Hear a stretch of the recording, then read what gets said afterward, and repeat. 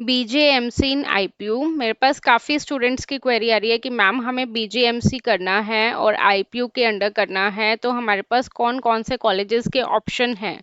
तो देखो, मैं कोई एडमिशन कंसल्टेंट नहीं हूँ, मैं खुद बीटेक के स्टूडेंट्स को पढ़ाती हूँ आईपीयू में। उसी बेसिस पे मैं बच्चों को फ्री गाइड करती हूँ, और तुम्हें अगर किसी और कोर्स में आईपीयू में एडमिशन चाहिए या किसी और यूनिवर्सिटी में एडमिशन चाहिए, then you can contact me on this number. Okay. तो सबसे पहले तुम्हारे पास बीजेएमसी के लिए बहुत सारे बच्चे स्ट्रगल करते हैं कि हमें बीजेएमसी करना है और हमारे पास कॉलेजेस के ऑप्शन नहीं हैं। तो ये है तुम्हारे पास बीजेएमसी के ऑप्शंस। जिसको जैसे तुम्हें अगर दिल्ली में ही एडमिशन चाहिए और आईपीयू में एडमिशन चाहिए, तो तुम मुझे फर्दर इस नंबर पे कांटेक्ट कर सकते हो, ठीक है। These are the list.